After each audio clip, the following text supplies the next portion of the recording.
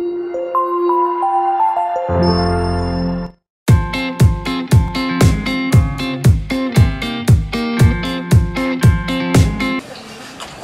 तो हम लोगों ने तारों का विकास, जन्म एवं विकास पढ़ा था। उसमें हमने आपको बता दिया था, थोड़ा सा कल का रिवीजन कर देते हैं एक बार, फिर इसके बाद आगे बढ़ते हैं। तो हमने आपको बता दिया था कि जो तारे हैं उसमें हमने बताया था कि हीलियम, हाइड्रोजन और वाष्प के संघनन से हमारा एक नेबुला बनता है जिसका नाम क्या था? एरियल स्टेलर नेबुला, है ना। और आपके स्टेलर नेबुला के बाद हमने बताया था कि क्या बनता है? प्रोटो स्टार बनता है। प्रोटो स्टार में हाइड्रोजन धीरे धीरे हीलियम में बनता जाता है और फिर हमारा तारा बनता है। वहाँ पे नाभिकीय संलयन की प्रक्रिया के कारण बहुत सारी ऊर्जा निकलती है, उष्मा निकलती है, प्रकाश निकलता है, जिसके कारण से चमकता हुआ दिखता है और प्रक्रिया वही चल रही होती है, हाइड्रोजन हीलियम में कन्वर्ट हो रहा होता है। एक स्थिति ऐसी आती है जिसमें हाइड्रोजन जो है पूरी तरह से हीलियम में कन्वर्ट हो चुका होता है और ऊर्जा निकलना बंद हो जाती है, जिसके कारण से वो प्रकाश देना बंद कर देता है और उस स्थिति को हम लाल दानव तारा कहते हैं, है ना। और उसमें ये जो लाल दानव तारा है उसमें प्रकाश नहीं होता, नाभिकीय संलयन की क्रिया भी नहीं होती, धीरे धीरे से वो संकुचित होने लगता है गुरुत्वाकर्षण बल के कारण और इस अवस्था को हम लाल दानव तारा कहते हैं। लाल रंग का दिखाई देता है। हमने ये बताया था कि जब लाल दानव तारे का द्रव्यमान सूर्य के द्रव्यमान से 1.44 गुना से क्या होगा? कम होगा तो श्वेत वामन तारा बनेगा और अगर 1.44 से अधिक होगा तो क्या बनेगा? सुपरनोवा बनेगा, है ना। बता दिया था कि श्वेत वामन तारा भी धीरे धीरे संकुचित होता रहता है और एक दिन ऐसा दिन आता है कि उसका पूरी तरह से प्रकाश हो जाता है खत्म और इस स्थिति में उसे हम काला वामन तारा कहते हैं। और सुपरनोवा में ये बताया था कि सुपरनोवा में आपका हीलियम पूरी तरह से मतलब क्या होता है? कार्बन और लोहे में क्या होता जाता है? कन्वर्ट होता जाता है और उसकी जो मध्य परत होती है तारे की वो विस्फोट हो जाती है। उस विस्फोट के साथ एक विस्फोट और निकलता है जिसके कारण से उसकी ऊपरी परत भी क्या होती है? नष्ट हो जाती है और इस विस्फोट को हम सुपरनोवा विस्फोट कहते हैं। अब अगर ये आ जाए कि हमने ये बताया था कि फिर 144 गुना 1.44 गुना से अधिक हो लेकिन इसके 3 गुना से क्या हो? कम हो, तब इस स्थिति में जो बनता है वो क्या कहलाता है? न्यूट्रॉन तारा कहलाता है। इतना कल का पूरा हम लोगों ने पढ़ा था। अब अगर ये हो जाए कि न्यूट्रॉन तारा जिसको हमने बोला है अगर इसका द्रव्यमान 3 गुना से अधिक हो जाए, सूर्य के द्रव्यमान से भी क्या हो जाए? 3 गुना से अधिक हो जाए तो क्या बनता है? तो याद रखेंगे जब इस 3 गुना से भी अधिक, अभी 3 गुना से कम था, अब अगर 3 गुना से अधिक हो जाए, इससे तो अधिक रहेगा, इससे भी अधिक हो जाए तो क्या बनेगा? तो याद रखेंगे आपका बनेगा ब्लैक होल। क्या बन जाएगा वहां पे? ठीक है, तो हम ये कह सकते हैं कि ब्लैक होल के निर्माण में हमारे तारों का सहयोग होता है ना। और तारों की जो जीवन अवस्था होती है वो उसके द्रव्यमान पर ही निर्भर करती है। जितना द्रव्यमान होगा उसके ज्यादा जीवन आयु होगी। तो याद रखेंगे कि जब अगर न्यूट्रॉन तारे का मान 3 गुना से भी, सूर्य के द्रव्यमान के 3 गुना से भी अधिक हो जाता है तब क्या बनता है? वहां पे ब्लैक होल बनता है। और ब्लैक होल की खास बात ये है कि उसमें गुरुत्वाकर्षण बल का मान क्या होता है? बहुत अधिक हो जाता है ना। गुरुत्वाकर्षण बल का मान क्या होता है? बहुत अधिक। इस कारण से ब्लैक होल से एक प्रकाश की किरण भी वहां से गुजर नहीं सकती। और चीजें तो गुजर ही नहीं सकती क्योंकि गुरुत्वाकर्षण के कारण खींच लेता है, लेकिन प्रकाश की किरण भी वहां से गुजर नहीं सकती है। ब्लैक होल की तो विशेषता ही थी, हमने बताया था कि हमारा जो ब्लैक होल है, हमारी जिस मंदाग्नि में है उसका भी एक ब्लैक होल है ना। तो ये जो ब्लैक होल बना है जहाँ हमारी मंदाग्नि है और भी कई सारी आकाश गंगाएं हैं, तो ये ब्रह्मांड के निर्माण के समय का ब्लैक होल है ना। ब्रह्मांड के निर्माण के समय ब्लैक होल बना था। उस ब्लैक होल से जो निकला है उससे हमारी पृथ्वी बनी, हमारा सूर्य बना, उससे हमारे सारे ग्रह बने, ठीक है, उपग्रह बने, जो बने। लेकिन अगर इसके अलावा तारों के साथ ये क्रिया होती है क्योंकि अरबों वर्षों में तारे नष्ट होते हैं, रोज रोज ऐसा नहीं होता कि आज नष्ट हुआ रोज ब्लैक होल बनेगा। तो मतलब अरबों वर्षों लग जाते हैं, अरबों खरबों वर्ष से। तो अगर वहां पे दूसरा कोई ब्लैक होल बनता है तो वो ब्लैक होल किसके कारण बनेगा? हमारे तारों के कारण बनेगा। और ये तारों के जन्म और विकास पर निर्भर करता है, ठीक है। तो एक ब्लैक होल डाल लीजिए, यहाँ पे टॉपिक डालिए ब्लैक होल, थोड़ा सा लिखाना है उसको लिख लीजिए, फिर आज स्टार्ट करते हैं सूर्य। देखिए ब्लैक होल डाल के, ब्लैक होल को हिंदी में क्या कहते हैं? वो तो केंद्र कहते हैं, बताओ। अरे क्वासर्स तो वो अलग है भाई, कृष्ण विदद कहते हैं।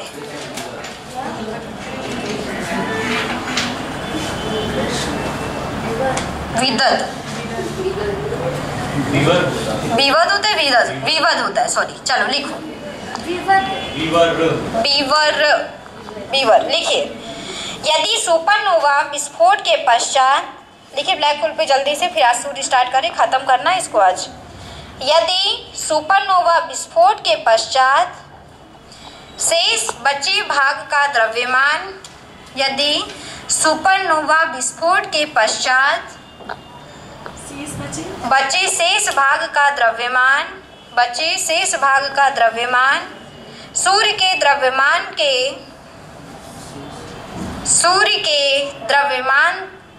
से 3 गुने से, सूर्य के द्रव्यमान से 3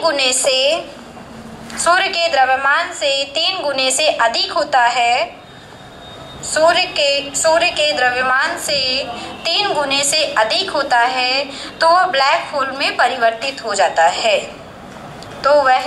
ब्लैक होल में परिवर्तित हो जाता है। ब्लैक होल में परिवर्तित हो जाता है। ब्लैक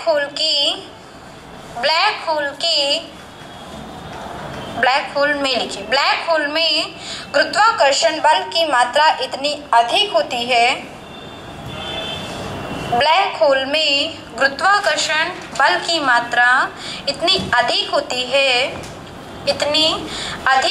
है कि यहाँ से प्रकाश भी पलायन नहीं कर सकता। पलायन मतलब जा नहीं सकता। ब्लैक होल में गुरुत्वाकर्षण इतना अधिक होता है कि प्रकाश भी यहाँ से पलायन नहीं कर सकता। और कोई चीज़ तो जाएगी नहीं, क्योंकि गुरुत्वाकर्षण बल के कारण वो खींच लेंगे, लेकिन प्रकाश की किरण भी यहाँ से गुजर नहीं सकते। अब आज का मेन टॉपिक है, हम पढ़ेंगे सौर मंडल। डाल लीजिए सौर मंडल।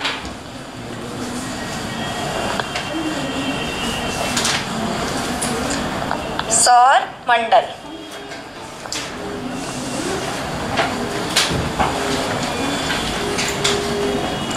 हमने आपको इसके बारे में थोड़ा सा बताया था कि हमारा जो सौर मंडल है, हमारे ब्लैक होल जो बना था, उस ब्लैक होल के उसमें आपके 3 भाग बताए थे। बल्ज बताया था उसके केंद्र को, उसके बीच वाले भाग को मध्यवर्ती घूर्णनशील भुजा बताया था, और आपके तीसरे वाले भाग को तीसरी या अंतिम घूर्णनशील भुजा बताया था। और हमने ये बताया था कि जो हमारा सौर मंडल है वो मध्यवर्ती घूर्णनशील भुजा में स्थित है। इतना याद है ना सबको कि हमारा सौर मंडल हमारे ब्लैक होल के किस भुजा में स्थित है? आपके सौर मंडल मध्यवर्ती घूर्णनशील भुजा में स्थित है। अब सौर मंडल क्या है? ऐसा मंडल जो सूर्य केंद्र पे नहीं रहता, एक किनारे कोने पर रहता है, और इस किनारे कोने पे ये जो दीप्तिमान प्रकाश जो तारा है, इसके चारों ओर जो आपके जो भी उपस्थित होंगे, मतलब आप जिसको कहते हैं ग्रह, जिसको कहते हैं उपग्रह, धूमकेतु, क्षुद्र ग्रह, जो भी बौने ग्रह, जितना भी जो कुछ है, वो सभी संयुक्त रूप से क्या कहलाता है? सौर मंडल। सूर्य के साथ साथ हमारे मतलब मंडल में उपस्थित जितने भी ग्रह है, क्षुद्र ग्रह है, बौने ग्रह हैं, धूमकेतु है ना, ये सब कुछ हमारा क्या किसके अंतर्गत आता है? हमारा सौर मंडल। और यही हमारा क्या बनाता है? सौर मंडल। अब हम सबसे पहले आज पढ़ेंगे सूर्य के बारे में। चलिए अब सूर्य के बारे में थोड़ा सा पढ़ते हैं। सूर्य की धारणा शुरू हुई, सूर्य को बताया गया, सूर्य को केंद्र नहीं, पहले तो सूर्य को केंद्र माना गया। जब वैज्ञानिक टॉलमी के बारे में आपने सुना होगा, टॉलमी ने ये बताया था 120 ईस्वी में बताया था इन्होंने। टॉलमी ने ये बताया था कि सूर्य हमारा केंद्र पर है। सूर्य हमारा क्या है? केंद्र पर। सूर्य हमारा, रुकिएगा, इन्होंने ये कहा कि पृथ्वी हमारी केंद्र पर है और इसके चारों ओर हर ग्रह क्या कर रहे हैं? चक्कर लगा रहे हैं। टॉलमी के अनुसार केंद्र पर कौन था? पृथ्वी थी। लेकिन फिर हमारे कोपरनिकस आए और इन्होंने ये कहा कि हमारा जो सूर्य है वो केंद्र पर है। क्या कहा इन्होंने? सूर्य। टॉलमी के अनुसार केंद्र पर किसको माना गया था? पृथ्वी को माना गया था। लेकिन ये कथन गलत था। जब कोपरनिकस ने खोज की तो उन्होंने कहा कि सूर्य केंद्र पर है, लेकिन वास्तव में सूर्य भी केंद्र पर नहीं है, ठीक है ना। सूर्य कहीं हमारे एक सौर मंडल के कोने पर स्थित है, लेकिन ये खास बात है कि सूर्य के चारों ओर दीर्घवृत्ताकार कक्षा में सभी ग्रह क्या कर रहे हैं? चक्कर लगा रहे हैं, ठीक है ना। लगा इसी के चक्कर रहे हैं, लेकिन एक वृत्तीय कक्षा में नहीं। किस कक्षा में? दीर्घवृत्तीकार कक्षा में। याद रखिएगा इस चीज को। तो टॉलमी ने ये कहा कि पृथ्वी हमारे केंद्र पर है और इसके सभी ग्रह उपग्रह इसके चारों ओर चक्कर लगा रहे हैं, लेकिन कोपरनिकस ने कहा कि सूर्य हमारा केंद्र पर है, लेकिन वास्तव में केंद्र पर नहीं है। ये बाद में बताया गया कि एक कोने पर स्थित है, परंतु ये बात सच है कि सूर्य के चारों ओर सभी ग्रह उपग्रह दीर्घवृत्ताकार कक्षा में क्या कर रहे हैं? चक्कर लगा रहे। अब हम आते हैं अपने सूर्य की बात करते हैं। ये समझ में आ गया, ये कथन था, ये बताना जरूरी था क्योंकि पेपर में कभी कभी पूछ लेता है। चलिए अब बात करते हैं अपने सूर्य की।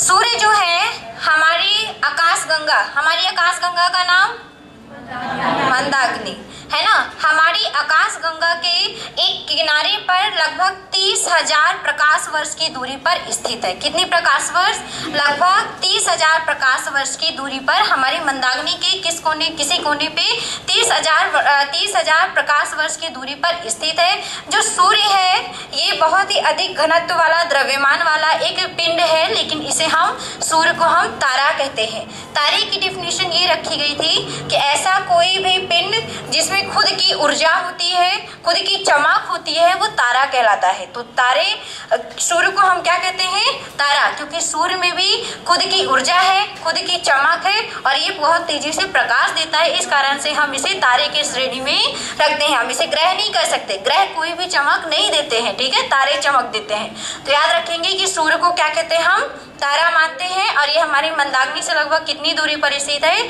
30,000 प्रकाश वर्ष की दूरी पर स्थित है।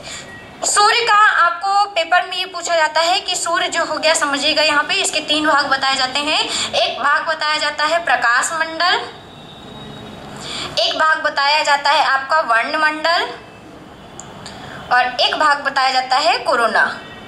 वायरस वाला नहीं, इसको किरीट भी कहते हैं, ठीक है, इसको किरीट भी कहते हैं। अब क्या है? सूर्य के अंदर समझिएगा, सूर्य है ये सूर्य पूरा है, ठीक है, लेकिन सूर्य का ये जो मध्य भाग है इसको हम कहते हैं क्रोड। इसको क्या कहते हैं? क्रोड या केंद्र कहते हैं। और क्रोड का लगभग टेम्परेचर कितना होता है? आपको पता है कि ना सूर्य सबसे गर्म है तारा, लेकिन ये पेपर में पूछा जाता है कि सूर्य के क्रोड का तापमान कितना होता है? कितना होता है? ये तो बहुत कम है। केंद्र का, क्रोड की हम बात कर रहे हैं कि क्योंकि क्रोड में ही आपके 4 हाइड्रोजन मिलके किसका निर्माण करते हैं?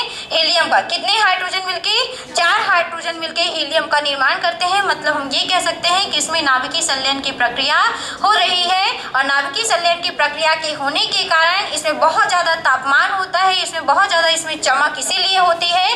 परंतु इस क्रोड की अगर हम बात करें तो सूर्य के क्रोड में 3 × 10⁷ डिग्री सेल्सियस का तापमान होता है। कितना तापमान होता है? 3 × 10⁷ डिग्री सेल्सियस का तापमान होता है। आपने जो कहा है 6000 डिग्री सेल्सियस, अब बात करते हैं इसके आगे। क्रोड के इस बाहरी भाग को, क्रोड के इस वाले भाग को हम कहते हैं प्रकाश मंडल। इस वाले भाग को, ठीक है, क्रोड को छोड़ दीजिए, इस वाले भाग को हम कहते हैं प्रकाश मंडल। प्रकाश मंडल। और ये प्रकाश मंडल बहुत ही अधिक जो हमें चमकता हुआ दिखाई देता है, वो कौन सा प्रकाश मंडल हमें कौन सा मंडल दिखता है?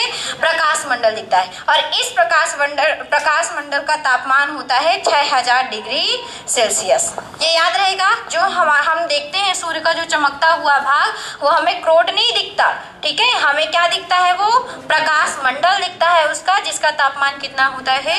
6000 डिग्री सेल्सियस होता है। फिर इसके ऊपर एक आपकी परत होती है जो कि हमें दिखाई नहीं देती, क्योंकि आपने कभी भी सूर्य को ध्यान से देखा हो तो सूर्य जहां पर होता है, सूर्य का जो चमकता हुआ भाग दिखता है, हमेशा उसके साइड बिल्कुल किनारे से लगा हुआ जो भाग होता है वो ब्लैक दिखता है। वो कभी भी उजाला देता हुआ नहीं दिखा, इसलिए हमें सूर्य अलग से दिखाई भी देता है, ठीक है ना। सूर्य अलग दिखाई नहीं देता, अगर उसमें वो ब्लैक कलर का नहीं होता, जिसके हम कहते हैं वर्णमंडल, जिसके हम क्या कहते हैं वर्णमंडल। ठीक है, और फिर इसके बाद हमारी ये जो ऊपरी वाला सतह है, ये जो ऊपरी वाला सतह है इसको हम कहते हैं कोरोना। और ये कोरोना कब दिखेगा? सूर्य ग्रहण के समय। आप ही बताएंगे, सूर्य ग्रहण के समय कि सूर्यास्त के समय कि सूर्य उदय के समय? बताओ भाई, जल्दी बताओ जल्दी। देखो, एक तो दिखेगा नहीं, एक तो दिखेगा नहीं, दिखेगा केवल क्या? प्रकाश मंडल। सूर्य ग्रहण में जो हमें सूर्य का हिस्सा दिखाई देता है उसे ही हम क्या कहते हैं? कोरोना या किरीट कहते हैं, है ना? याद आ गया ना? पेपर में अगर आ जाए कि सूर्य ग्रहण के समय सूर्य का कौन सा हिस्सा दिखाई देता है, तो कौन सा हिस्सा दिखाई देता है? मात्र सूर्य ग्रहण के समय भी सूर्य दिखता है ना, लेकिन पूरा सूर्य नहीं दिखता है, हमें केवल किनारे का भाग दिखता है। वो जो भाग होता है वो क्या कहलाता है? कोरोना या किरीट कहलाता है। तो फिर से समझिए, सूर्य को हम तारा मानते हैं क्योंकि तारे की एक डिफिनेशन दी गई है कि जिसकी खुद की चमक हो, ऊर्जा हो, उष्मा हो, उसे हम तारा कहते हैं। इस कारण से हम सूर्य को तारा कहते हैं।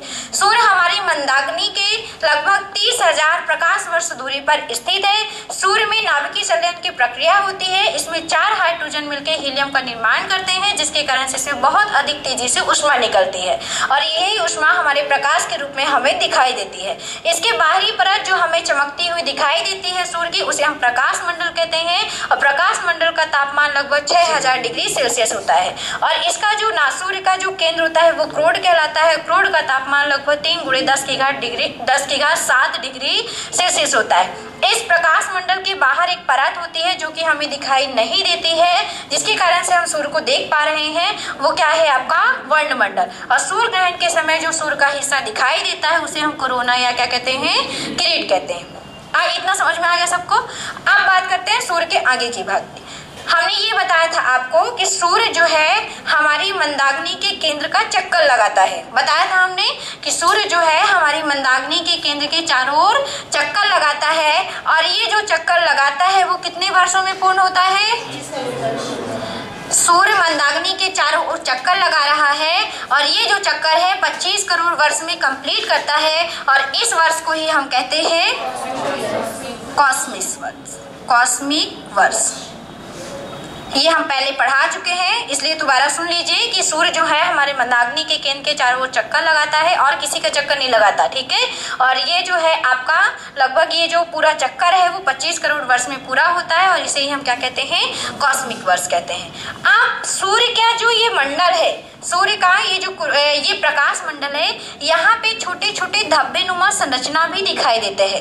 जब ये, अब समझिएगा, यहाँ पे एक खास पॉइंट आपको बताने जा रहे हैं। सूर्य में गैस के बादल, सूर्य के प्रकाश मंडल के पास गैस के बादल भी घूमते हुए दिखाई देते हैं और ये गैस के जो बादल हैं सूर्य के क्रोड का चक्कर लगाते हैं या फिर सूर्य का चक्कर लगाते हैं और जो कि आपके 22 वर्षों में क्या होता है? कंप्लीट होता है। सूर्य के जो गैस के बादल हैं वो कितने वर्षों में अपना चक्कर कंप्लीट करते हैं? 22 वर्षों में।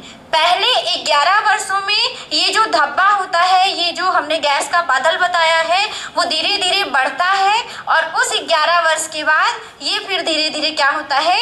सिकुड़ने लगता है, घटने लगता है। ठीक है, याद रखिएगा, पहले 11 वर्ष में बढ़ेगा और फिर 11 वर्ष के बाद धीरे धीरे क्या होने लगेगा? घटने लगेगा। ठीक है, और इस प्रकार इस वर्ष को ही हम क्या कहते हैं? सौर वर्ष कहते हैं। इसको हम क्या कहते हैं? सौर वर्ष।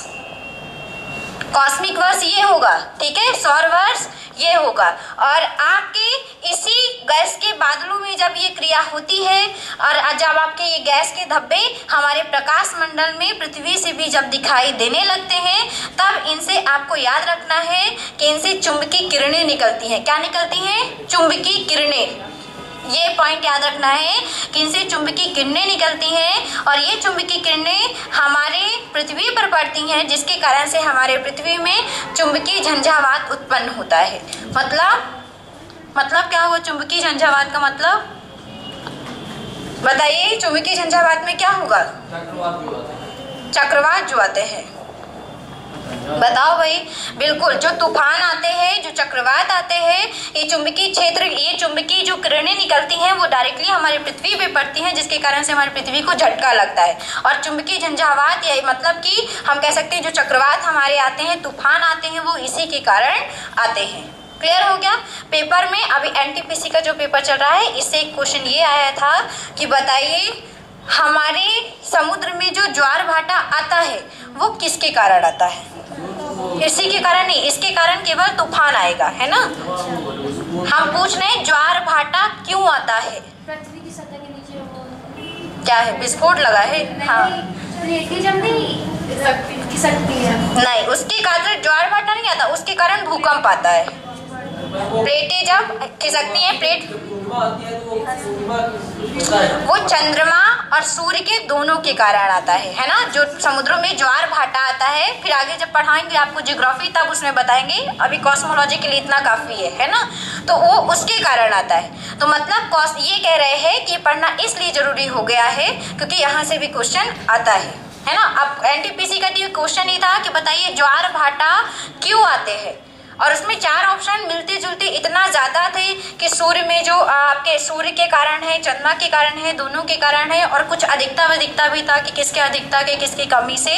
तो आपको ये याद रखना है कि अगर पेपर में ये पूछ ले कि पृथ्वी में चुंबकीय झंझावात या तूफान चक्रवात क्यों आते हैं, तो याद रखेंगे कि सूर्य में उपस्थित जो ये गैस के बादल होते हैं उनसे चुंबकीय किरणें निकलती हैं।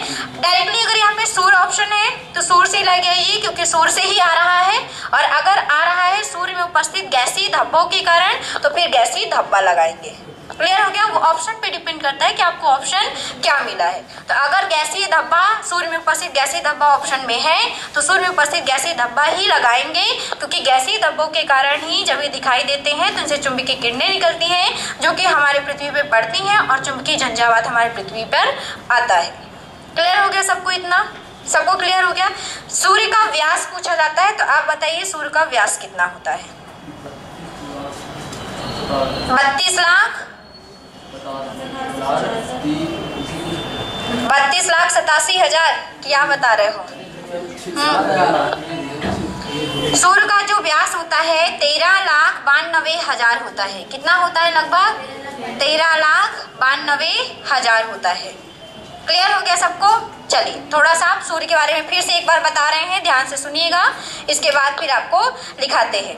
ठीक है, तो याद रखिएगा सूर्य हमारा तारा है और सूर्य हमारे मंदाग्नि से लगभग 30,000 प्रकाश वर्ष की दूरी पर स्थित है। हमारे सूर्य के केंद्र को हम क्रोड कहते हैं, और क्रोड का लगभग टेम्परेचर 3 × 10⁻⁷ डिग्री सेल्सियस होता है, क्योंकि क्रोड में 4 हाइड्रोजन जो है हीलियम में परिवर्तित होते हैं। यहाँ पे नाभिकीय संलयन की क्रिया होती है, जिसके कारण से उसमें ऊर्जा उत्सर्जित होती है और प्रकाश देता है सूर्य। सूर्य के क्रोड के बाहर की जो परत है जो हमें दीप्तिमान दिखाई देती है, मतलब प्रकाशित दिखाई देती है, उसे हम प्रकाश मंडल कहते हैं, और इसका टेम्परेचर 6000 डिग्री सेल्सियस होता है। तो प्रकाश मंडल के किनारे की जो परतें होती हैं वो काले रंग की दिखाई देती है, और उसे ही हम क्या कहते हैं? वर्णमंडल कहते हैं। और सूर्य ग्रहण के समय जो हमें सूर्य का भाग दिखाई देता है उसे हम कोरोना या क्या कहते हैं? किरीट कहते हैं। ठीक है, आपके इतना याद रखना है कि सूर्य जो है हमारे मंदाग्नि के केंद्र के चारों ओर चक्कर लगाते हैं, जो कि 25 करोड़ वर्ष में ये चक्कर पूर्ण होता है, इसलिए इसे हम कॉस्मिक वर्ष के नाम से जानते हैं। और सूर्य के प्रकाश मंडल में कुछ गैसीय बादल, गैसीय धब्बे भी चक्कर लगाते हैं, जिनका जो परिभ्रमण काल होता है वो 22 वर्ष होता है। बातें नहीं,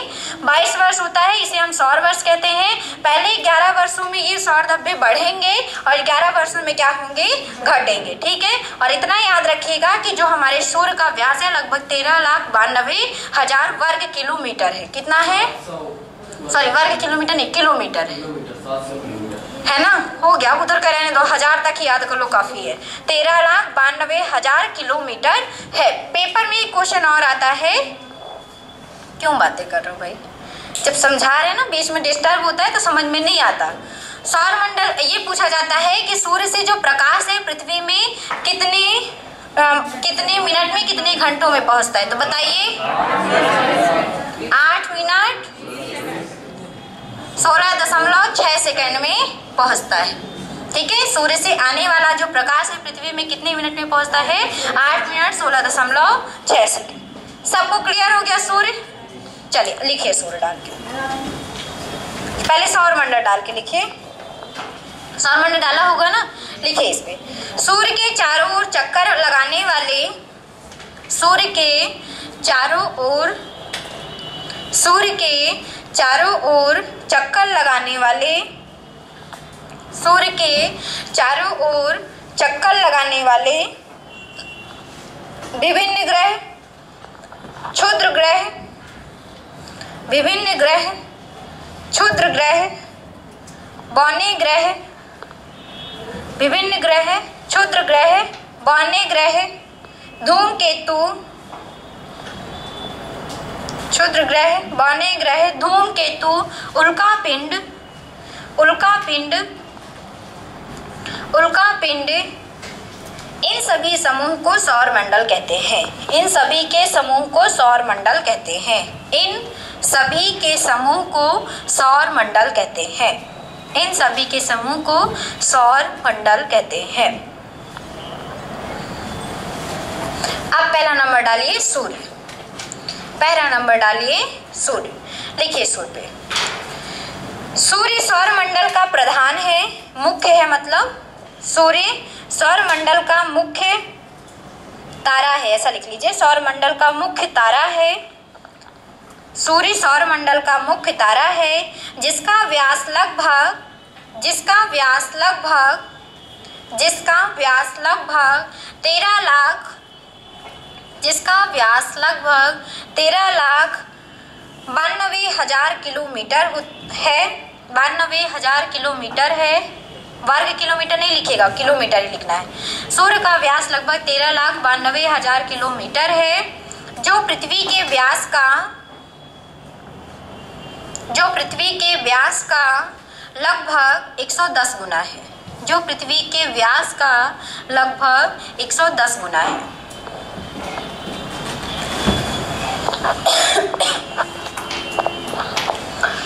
लिखिए, इसके द्रव्यमान का 70% भाग, इसके द्रव्यमान का 70% भाग हाइड्रोजन,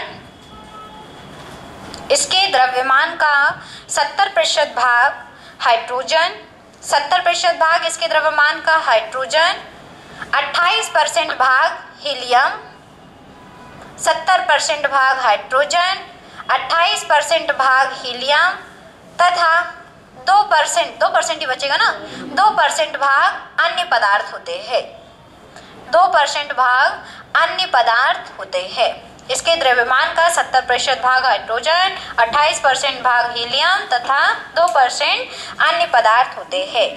आगे लिखिए। केमिस्ट्री वाइज सर पढ़ाया तो उन्होंने बोला कि 75% हाइड्रोजन होता है और 25% हीलियम होता है, तो क्या आएगा ऑप्शन में, कैसे कर लेंगे? सुनो, अगर ऑप्शन में वैसे अभी तक के लेटेस्ट बुकों में भी 75 नहीं है, लेकिन उन्होंने लगभग बताया होगा, लगभग बोला है ना, श्योरिटी नहीं कर सकते ना, श्योरिटी तो है ही नहीं, लगभग अनुमान लगा रहे हैं कि इतना होता है, इसलिए हर वक्त हम लोग लगभग बोलते हैं ना, लगभग इसीलिए बोलते हैं। और अगर पेपर में 70 और 75 आ रहा है तो प्रेफरेंस आप 70 को ही देंगे, ठीक है ना। प्रेफरेंस आप पहले किसको देंगे? 70 को देंगे। जब 70 नहीं रहेगा तब आप फिर 75 को दे सकते हैं, ठीक है। क्लियर हो गया ना कैसे करेंगे? क्वेश्चन क्या होता है, अब के जो क्वेश्चन थे, पहले के क्वेश्चन में ऑप्शन नहीं बताना पड़ता था कि कैसे करना है, लेकिन ये आपको बताना पड़ता है कि ऑप्शन में क्या होगा तो क्या करना है, किसको प्रेफरेंस देना है, किसको प्रेफरेंस बाद में देना है ना। तो इसलिए ऑप्शन देख के इस बार आपको टिक लगाना है, ठीक है। बहुत लोगों के क्वेश्चन के आंसर ऐसे ही गलत हो जाते हैं क्योंकि उनको समझ में नहीं आता, अचानक से जल्दी देखा, जल्दी टिक लगाया, लेकिन ऑप्शन को एक बार पढ़िए कि आपको क्या दिख रहा है वहां पे। चलिए लिखिए आगे। सूर्य की वर्तमान आयु, सूर्य की वर्तमान आयु 4.7 या 5 अरब वर्ष है। 4.7 या भी लिख सकते हैं, ठीक है। 4.7 या 5 अरब वर्ष है, 5 अरब वर्ष है। अब इसी में देख लो, हम 4.7 वर्ष लिखाते तो कंफ्यूज होते कि सर ने 5 वर्ष लिखाया है, तो ये इसका मतलब ये है कि अगर ये है ऑप्शन में तो ये लगाइए, नहीं है तो 5 वर्ष, 5 अरब वर्ष लगाइए, ठीक है। चलिए आगे लिखे। सूर्य अपने अक्ष पर, सूर्य अपने अक्ष पर पूर्व से पश्चिम की ओर घूमता है।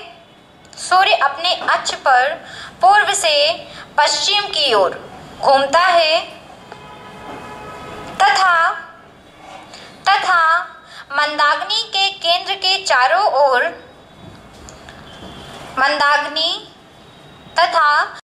मंदाग्नि के केंद्र के चारों ओर 250 किलोमीटर प्रति सेकंड की चाल से 250 मंदाग्नि के केंद्र के चारों ओर 250 किलोमीटर प्रति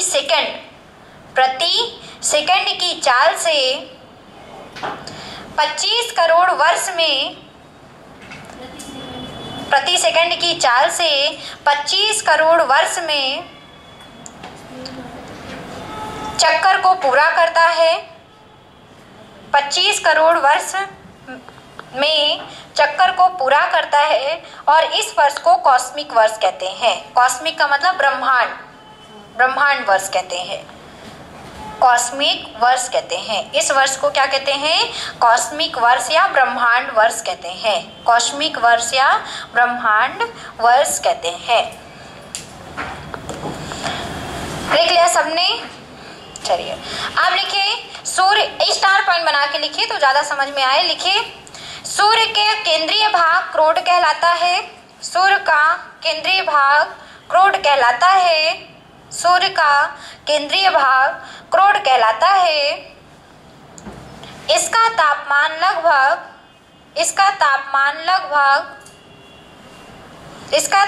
लगभग 3 नहीं, रुकिएगा, ये 3 किसी और का है। 1.5 इंटू 10 की पावर 7 डिग्री सेल्सियस होता है। कितना होता है? 1.5 इंटू 10 की पावर 7 डिग्री सेल्सियस होता है।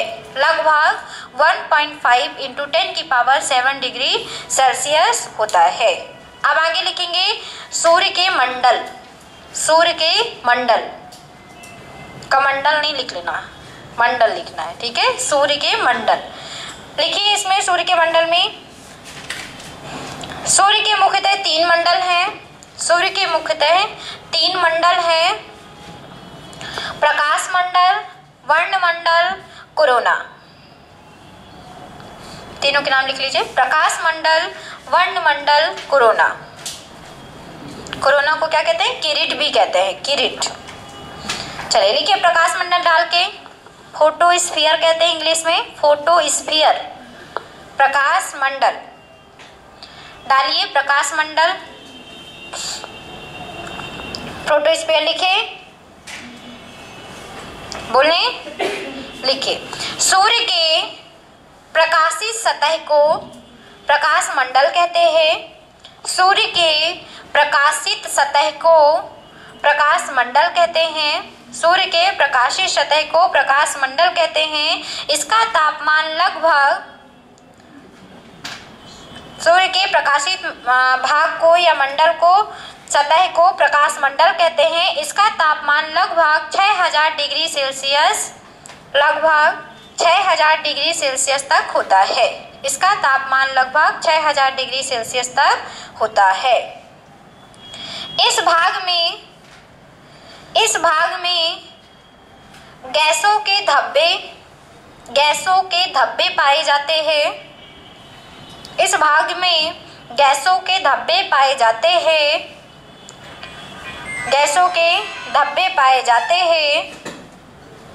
ये धब्बे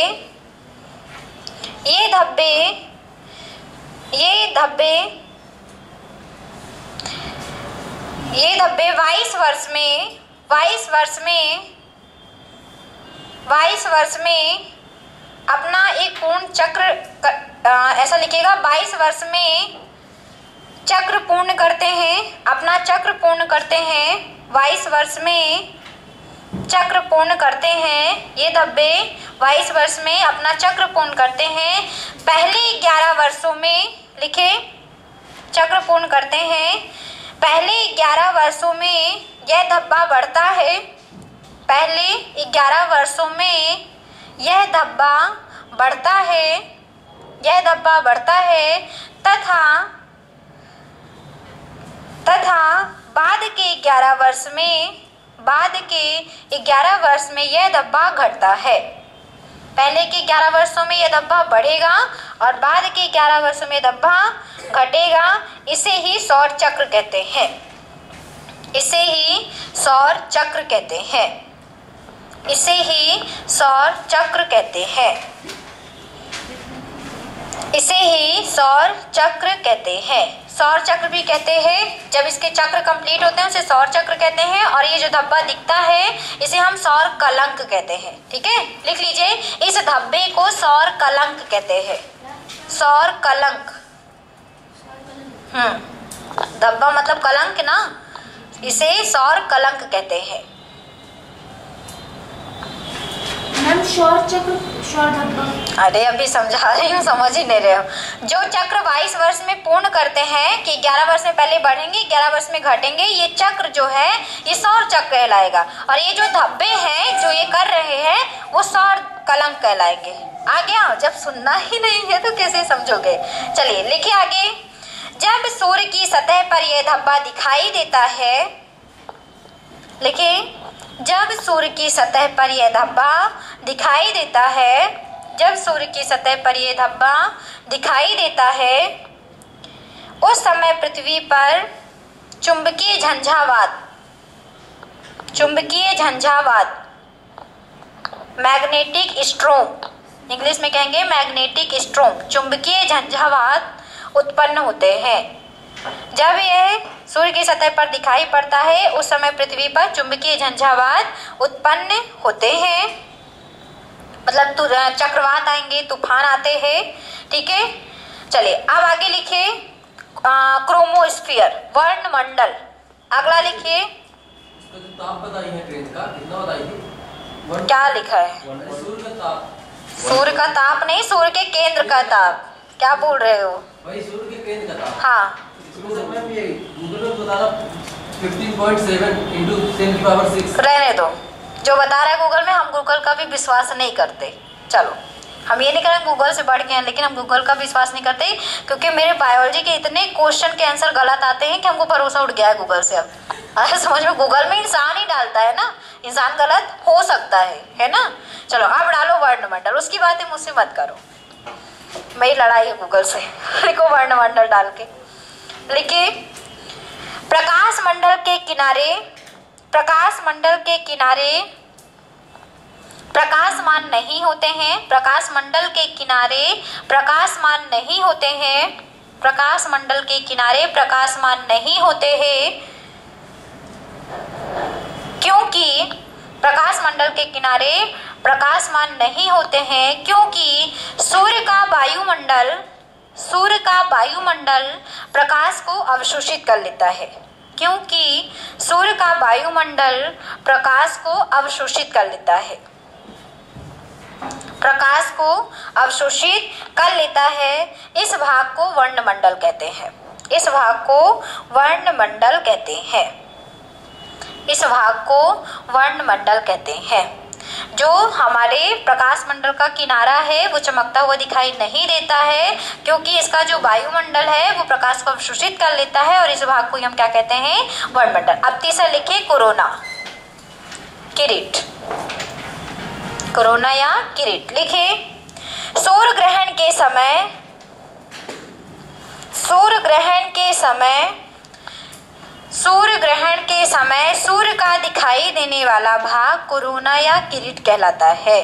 सूर्य ग्रहण के समय सूर्य का दिखाई देने वाला भाग, सूर्य ग्रहण के समय सूर्य का दिखाई देने वाला भाग कोरोना या किरीट कहलाता है। कोरोना या किरीट कहलाता है। हो गया सबका? सूर्य लिखेंगे, सूर्य किरीट को, सूर्य किरीट को सूर्य का मुकुट भी कहा जाता है। याद रखिएगा इस पॉइंट को। सूर्य के किरीट को सूर्य का मुकुट भी कहा जाता है। मुकुट है ना, कोरोना को सूर्य का क्या कहते हैं? मुकुट भी कहते हैं। चलिए स्टार पॉइंट बनाइए, लिखिए, स्टार पॉइंट बना के लिखिए। सूर्य से, सूर्य के प्रकाश को लिखे, सूर्य के प्रकाश को, सूर्य के प्रकाश को, सूर्य के प्रकाश को पृथ्वी सूर्य के प्रकाश को पृथ्वी तक पहुंचने में 8 मिनट 16.6 सेकंड का समय लगता है। 8 मिनट 16.6 सेकंड का समय लगता है।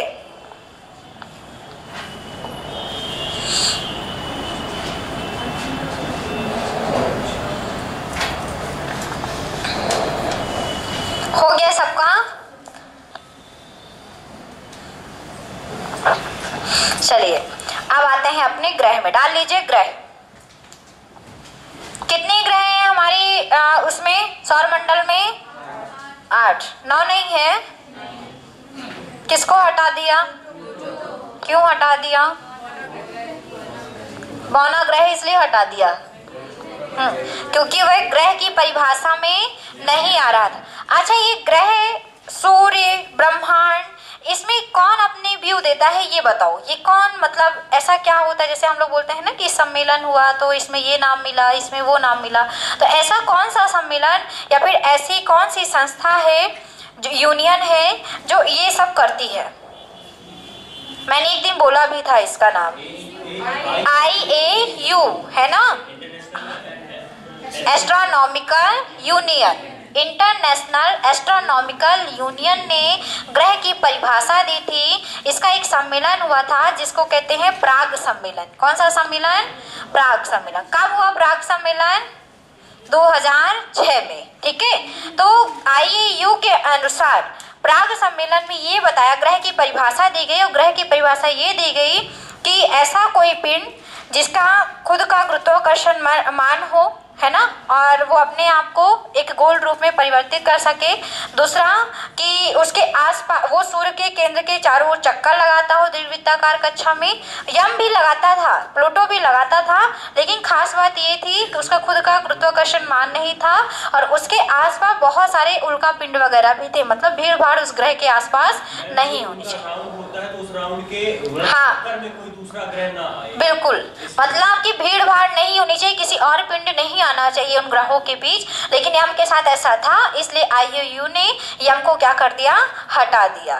ठीक है, घनत्व वगैरह भी पूरा नहीं था, इसलिए उसे हम बौने ग्रह के अंतर्गत पढ़ते हैं। तो अब हमारे सौर मंडल में कितने टोटल ग्रह बचे हैं? 8 बचे हैं, जिसमें से आपका हो गया बुध, शुक्र, पृथ्वी,